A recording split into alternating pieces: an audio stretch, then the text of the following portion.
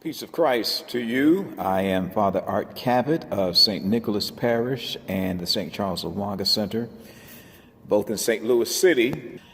We pray for and aspire to the stamina, the Venerable Fr Augustus Tolton, who became known as the first widely known black priest in the United States. He was not the first, but he was the first widely known in terms of his identity.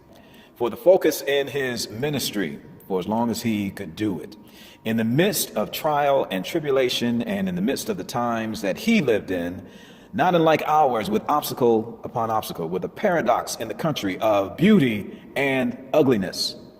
This native Missourian was a child during the Civil War, and certainly the implications and direct effects in his life of what it meant to be a slave, what it meant to be a child during the Civil War, during the Reconstruction, during the Emancipation era, and also what it meant to be a Catholic at that time, a black Catholic at that time, in a church in the United States, the Roman Catholic Church in the United States, which in aspects mirrored what the country did at that time in terms of racism and perceptions of black people and discriminatory practices as well, which wouldn't allow him to even get ordained in the country. He was ordained in Rome. But indeed, it was the providence of God that he held on to as he began to claim what his purpose in life was, as he began to claim his knowledge of who the master of the sea and the earth and the sky was, and how God asked him to give up his life into God's service. And that is what he did until he could no longer. He is an example among others for us in our day and in our age, in this volatile time that we live in, still with the isms, still paradoxical, still beauty in the country, and still ugliness in the country as well. As the memory of slavery and discrimination, they still go on. The wounds are still there. They still are affecting people in all of our communities in the United States in some kind of way.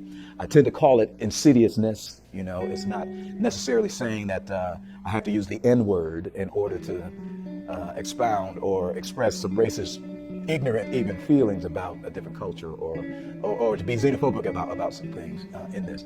But it is a way of life in the United States. Stereotypical humor, you know, that is brought to me as opposed to anybody else. Those things have happened in my experience in religious life as well. A religious superior, and how he wanted to see me, he points me out and he wanted to see me in dreadlocks.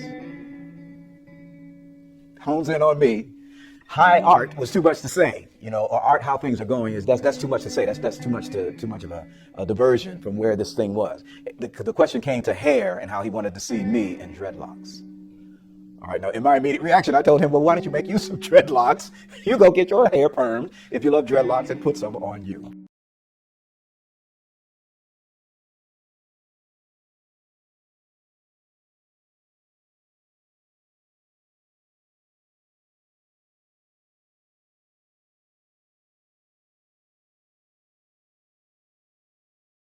Even within religious life, people come from their various experiences. This collar, again, does not immune a person, or religious habit does not immune a person from those kinds of experiences. And so I was in religious habit. I remember being on Kings Highway and, you know, trying to get to church from where my residence was. I lived, this is from where the church is to get to Mass. And being pulled over, you know, not really going as I thought any faster to get there where I was going than anybody else. That's happened more than once that I think I've been profiled in traffic. I think those are very real experiences that people have.